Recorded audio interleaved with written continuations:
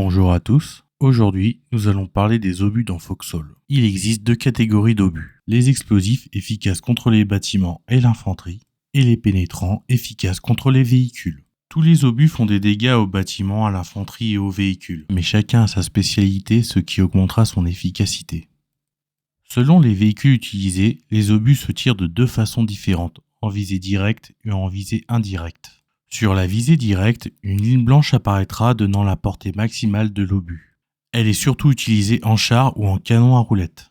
Sur la visée indirecte, vous devez régler la distance avec la molette de la souris. Elle est utilisée en général sur l'artillerie longue portée. Mais nous verrons ça dans une prochaine vidéo. Commençons par les obus de 30 mm. Ils sont surtout utilisés en début de guerre.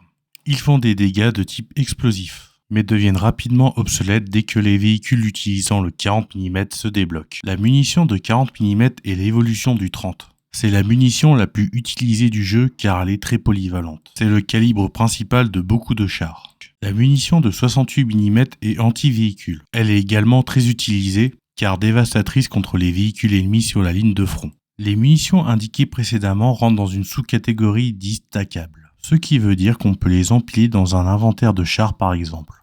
Les munitions qui vont suivre ne le seront pas car trop grandes. La munition de 75 mm est un 40 en plus puissant. Elle sert surtout dans les battle tanks. La munition de 94.5 mm est l'évolution du 68. Il peut détruire certains chars en un seul coup, ce qui la rend dévastatrice contre les autres véhicules. La munition de 120 mm est de type explosif. Elle ne s'utilise qu'en artillerie longue portée. Elle est très utilisée car facile à produire. Le 150 mm est son évolution. Elle fait plus de dégâts, mais elle est également plus complexe à fabriquer.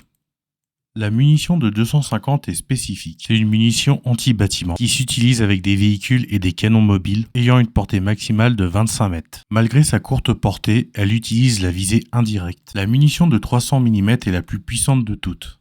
Elle s'utilise qu'avec le Storm Cannon ou le canon sur rail. Elle a une grande puissance de destruction de bâtiments et d'infanterie, mais son utilisation est limitée due aux spécificités des canons. C'est la fin de la vidéo. Bon jeu à tous!